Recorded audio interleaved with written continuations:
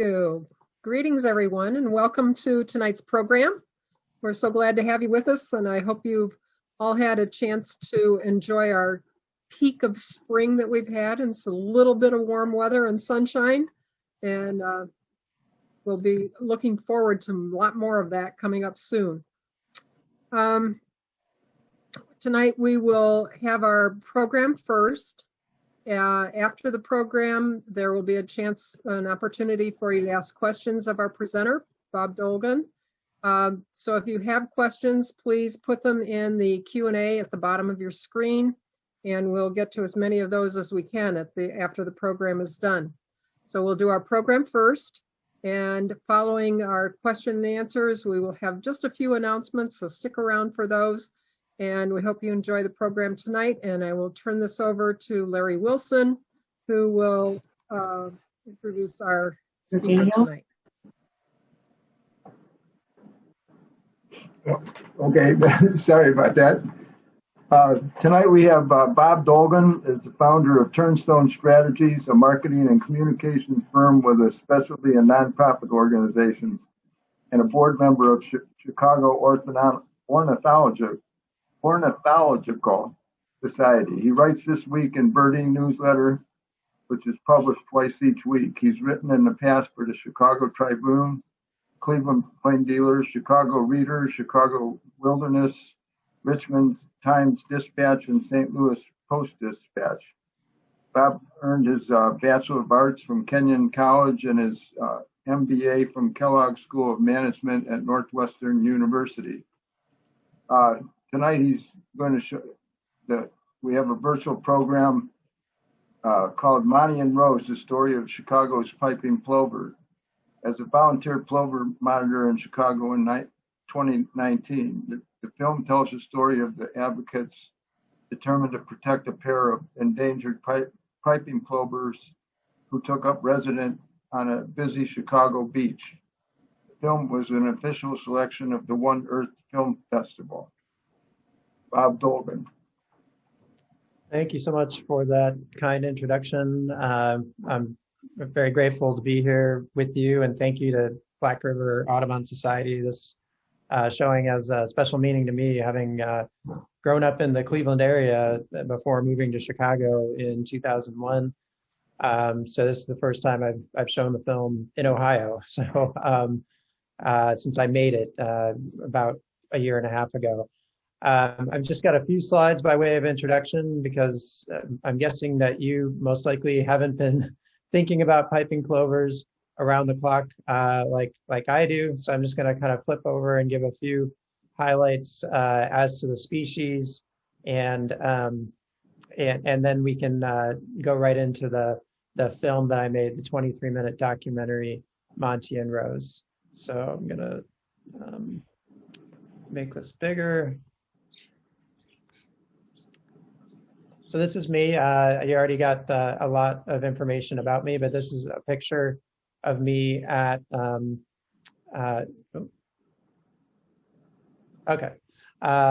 this is a picture of me over at Montrose Point Bird Sanctuary on the north side of Chicago. And if you don't know Montrose Point, it is an amazing place. It's a migratory hotspot in the springtime. It's the kind of place where you're going to get, on some days, 20 plus warbler species. But what it's really not known for is its breeding species.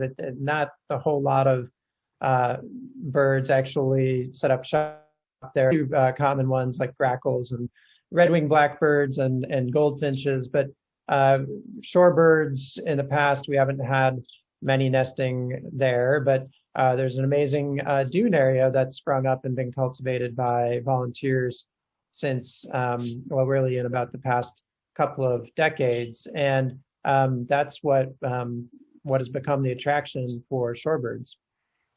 And so as a birder and somebody who frequents the area, we've occasionally had piping plovers stop over for a number of years, but none really came close to staying. And that's really the entry point into the story of Monty and Rose that you're about to see. Just a few facts on the piping plover. It's about 6.5 inches to 7.5 inches in length. You may know it's endangered on the Great Lakes. There were only 13 breeding pairs in 1990. That number has grown thanks to some really amazing recovery efforts to get us to about 64 pairs now. And it's overall a small population of species for really across its range. So going from the Atlantic coast to the Great Lakes to the Great Plains, it's probably a total of 8,000 or so birds. So anytime a piping plover would be seen in Chicago, it was a thrill. However, we had no sense really that there was going to be a nesting attempt made, but that's exactly what happened almost 2 years ago now. And this will just give you a look at the Great Lakes range and give you a sense of where they are. There is one nest on Lake Erie now over at Presque Isle State Park in Erie, Pennsylvania. And we do have nests on each of the 5 Great Lakes, which is amazing. So without further ado, I'm going to flip over to the film and we'll get into that. And then I'll be glad to have a few more slides for afterwards. And I'd be glad to take any questions you may have. So Monty and Rose, it's again only 23 minutes. It's not an epic by any means, but it's an enjoyable, I hope, 23 minutes, and that you get into it. So let me just flip over to that.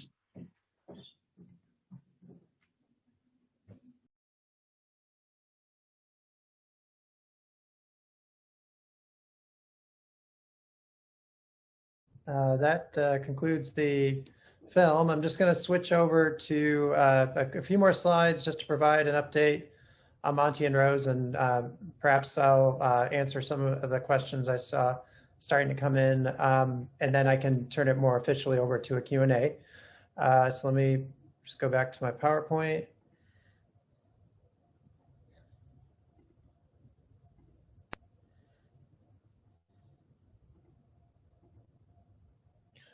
So just every time I show this, I like to make a comment afterward as to what struck me in this viewing of it. And I think one of the things that really stands out to me is going back to this film only chronicled the months of June 2019 through August 2019. And looking back at how, looking at the beach and knowing how crowded that beach can be, that really stands out, but both because we've been through the COVID pandemic and the beach has been closed for most of the past year, but also just in how unlikely a situation it was when the birds started nesting. And Tamima Atani, who was our lead plover monitor and is featured prominently in the film, she just couldn't be stopped. She just, when the plovers sort of started scraping nests, she really believed that they could nest there. And I have to admit, I was a skeptic. I felt a bit like, maybe they would be best if they just flew off to a less crowded beach than this. But, birders really, led by Tamima, really stuck with it. And even in the first week of the nest scrapings, we're standing there to make sure everything would be okay. And everything kind of took off from there. So I wanted to provide an update as to what has happened since the film. And this is a shot of Rose out at Montrose Beach. The birds did return in 2020. They're very site faithful, and they came back within hours of each other on May 1st, 2020. And so we were all kind of on pins and needles wondering if that would happen, and it did.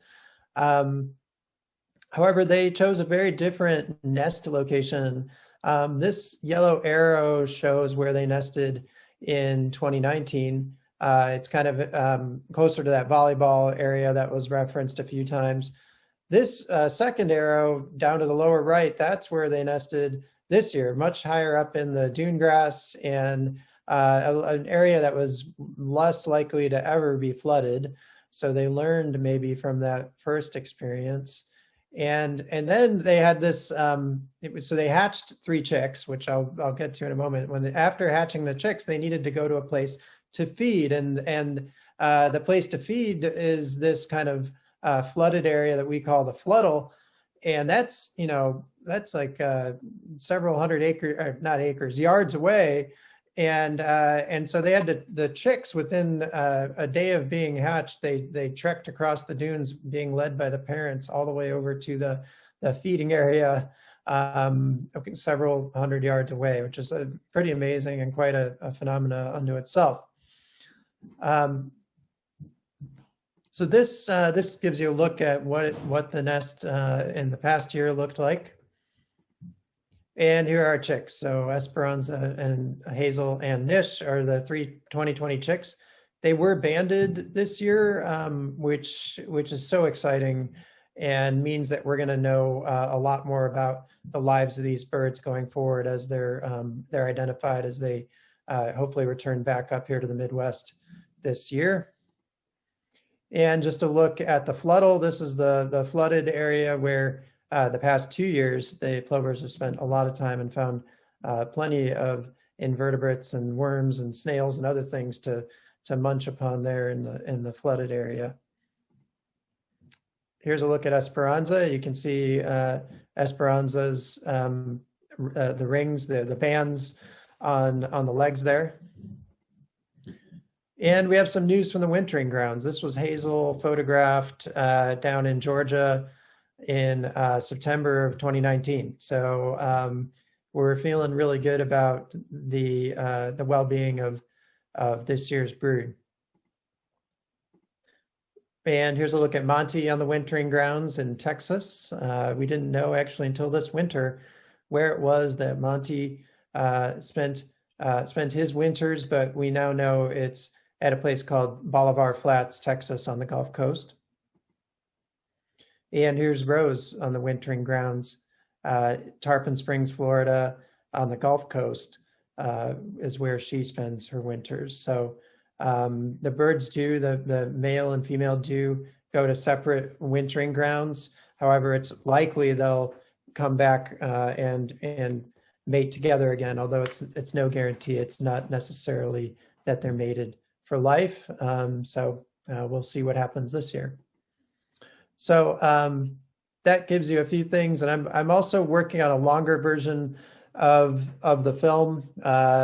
Working title is The World of Monty and Rose, and we've been doing some filming up in Michigan over the past 6 months or so, and also, of course, we were filming in Chicago last summer.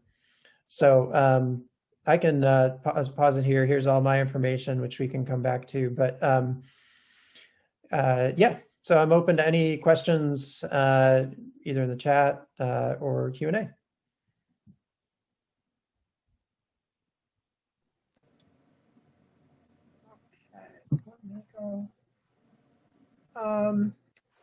We had, I think you answered this in the film, but one of the questions was what happened to the first eggs taken to incubate. This is from Cheryl Lynn. The first eggs, yeah, they were taken to an incubator at Lincoln Park Zoo.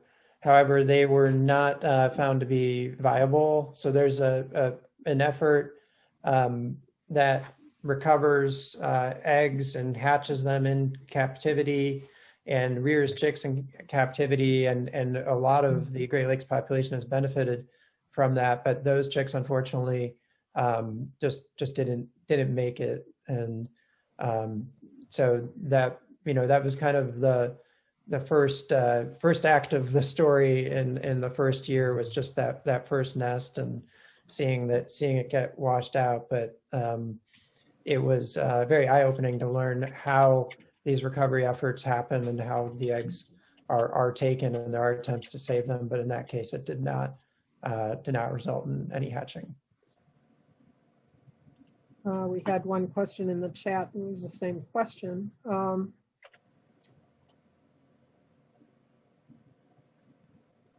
This one's from Martha. She thought she observed a plover raising a chick in my Avon Lake neighborhood, but now I see that it may have been unlikely.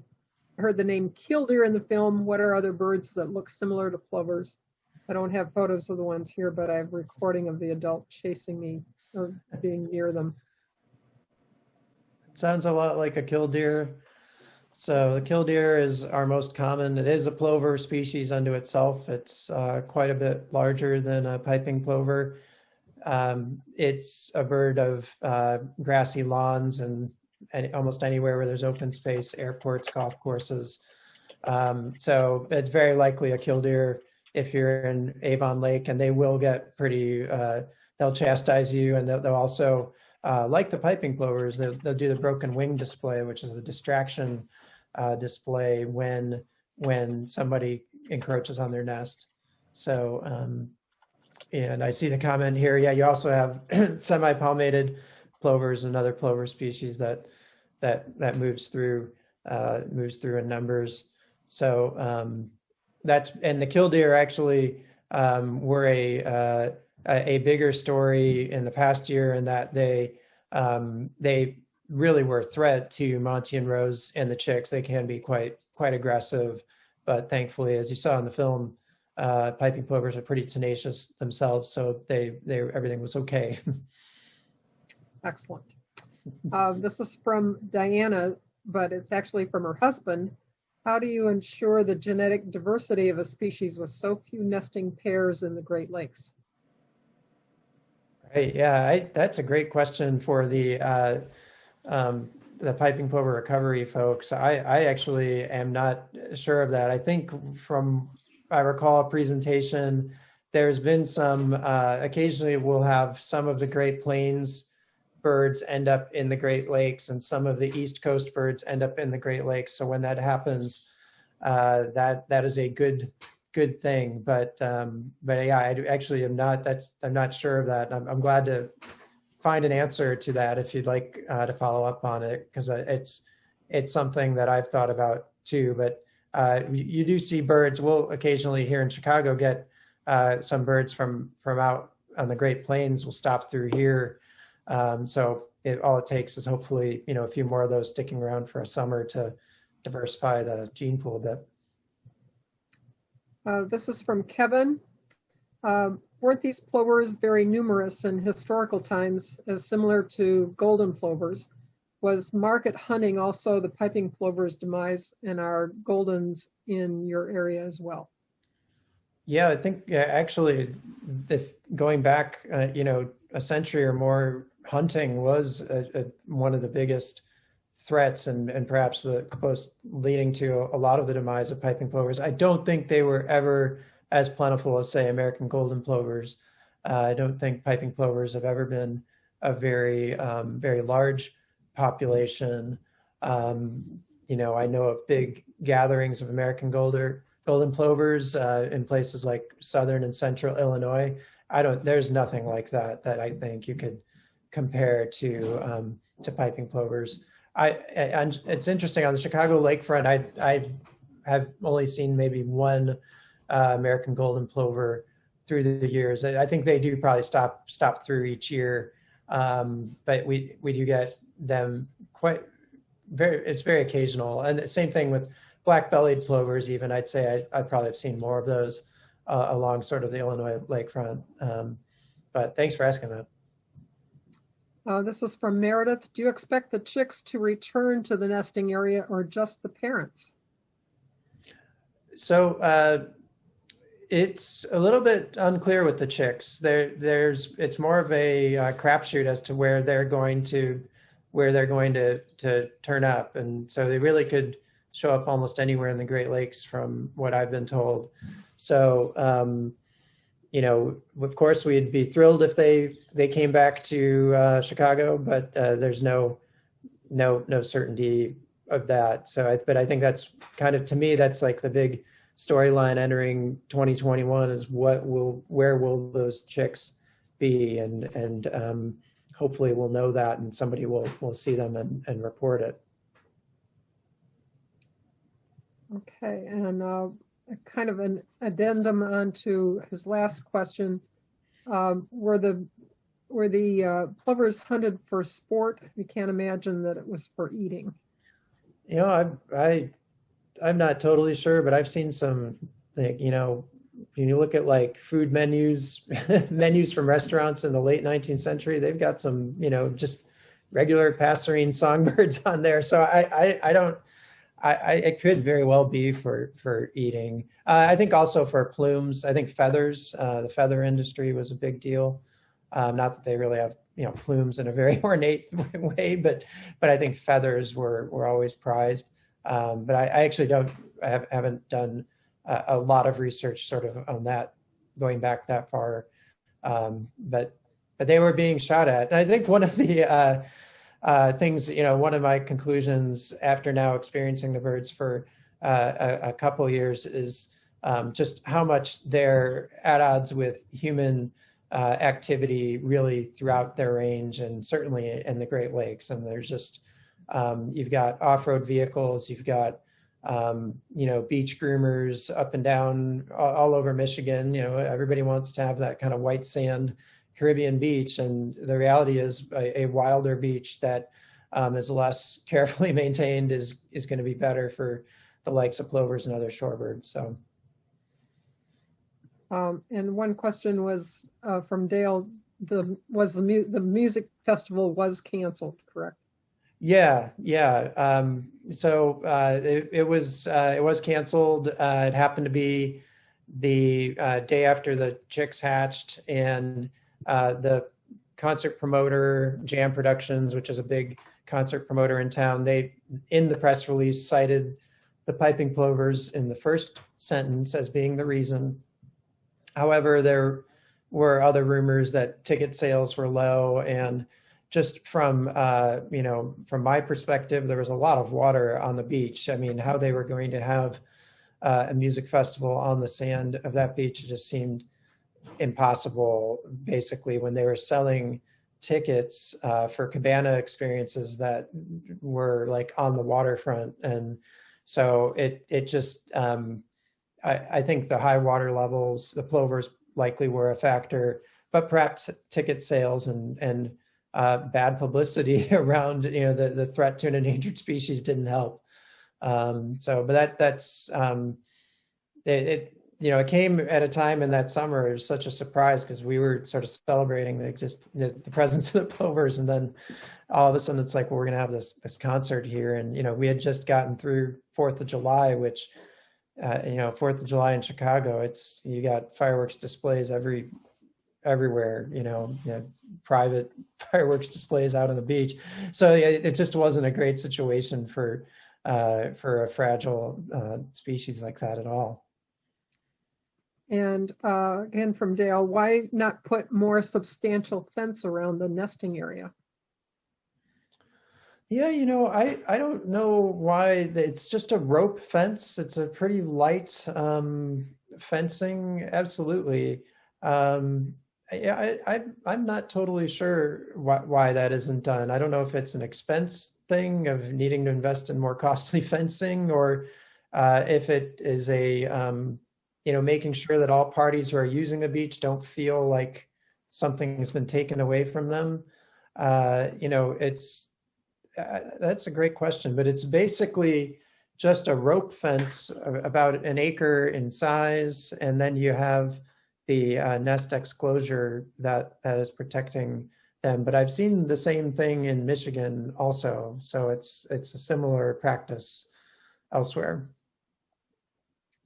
Okay, and this isn't exactly bird related, but is Lake Michigan's level rising as Lake Erie's is, and our shorelines suffering greatly because of that? Right, yeah, absolutely. So Lake Michigan is near, or I think it might be at an all-time high right now, and that's a big problem. Erosion is an issue seemingly everywhere around the lake. And for the piping plovers, it is a much, it leads to a much more tenuous existence, and there's just a higher likelihood of washouts. I know last summer there was a tropical storm the remnants of a tropical storm that went all the way up into northern Lake Michigan, and that just made for so many challenges. There's so much moisture and precipitation coming down that the plover recovery folks really struggled with that to protect all those nests, and so it's a big it's a big issue. A place, like, for example, Ludington State Park, which is in Michigan, has a much narrower beach now. They used to have a nesting pair of piping plovers. They don't now because it's a much narrower beach, and the sort of inland water is no longer there. It's just been kind of, subsumed by the lake. So, so that's definitely a concern. This is from Kelly K. Did you face any challenges while recording footage for the documentary? Not too many. Last year, or the year that this film was made, was not. We had so much access to the beach. Everything was relatively easy to pull off.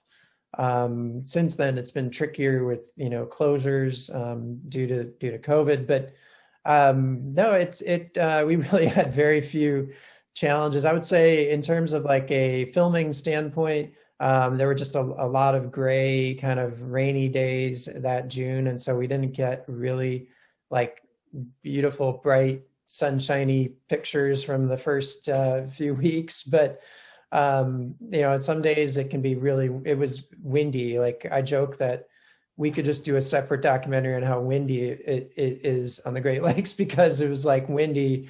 Every time we do anything, it's windy. For every interview, for every shoot of the bird. So, but no, generally there weren't that many challenges. I think one thing just personally was that I was out of town the day that the chicks hatched, and I had long had a family trip scheduled and I couldn't be there, and it was kind of like, what do we do about this? But thankfully we were able to get some images and photos from birders who were very, friends of mine, others who were very kind to contribute those to the film to kind of get us through that that little portion of the story. But it's been much harder since then, because we've just had so many other protocols to follow and other things to worry about. Well, you were talking about wind, but you are in the Windy City. Yeah. Yeah. We have one more question here. Are all nests in the Great Lakes monitored?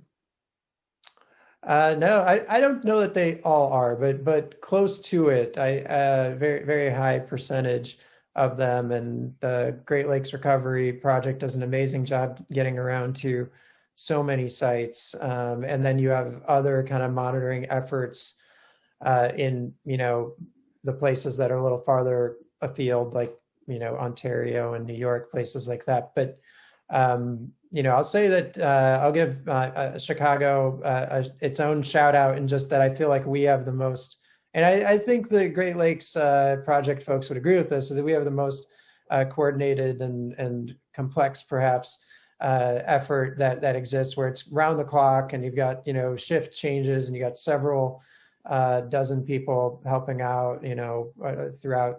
More than that. I mean, we had 190 the first summer help out at some point. So, so I think, and we're on it, and basically you have people, intervening when a gull is going after a chick. I don't know if you're getting that kind of immediate like intervention and coverage as you get on something like that in every one of these nesting outposts. And when you're getting up into some of the more remote islands of Lake Michigan, that it's going to be tougher to do that, but they do keep tabs on a very, I think, high percentage of the nests, and know where they are. Well, thank you so much, Bob. This has just been a fascinating story, and thank you. So grateful that you have been able to document it for us, and it's been terrific. Thank you so much. Thank you. Hopefully we'll see you again.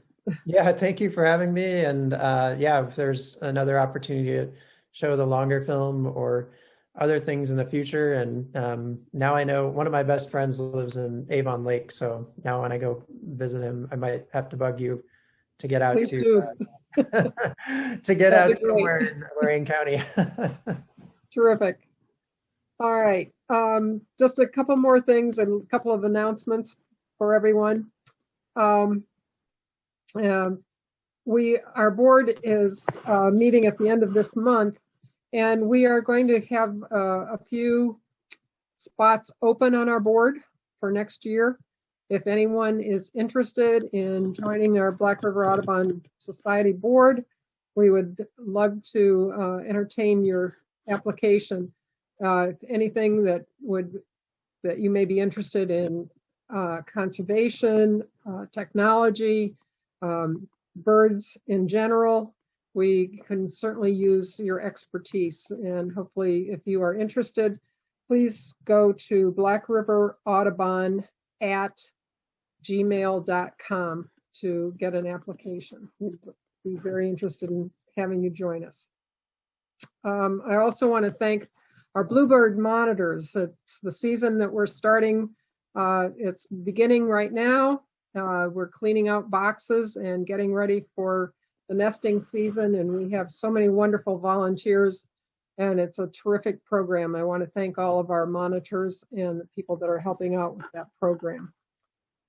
Our next regular meeting is April 6th at 7 o'clock, and our program is the story of two strange-looking warblers. Can't wait to see this one. This is with Courtney Brennan, and hope to have everyone join us then.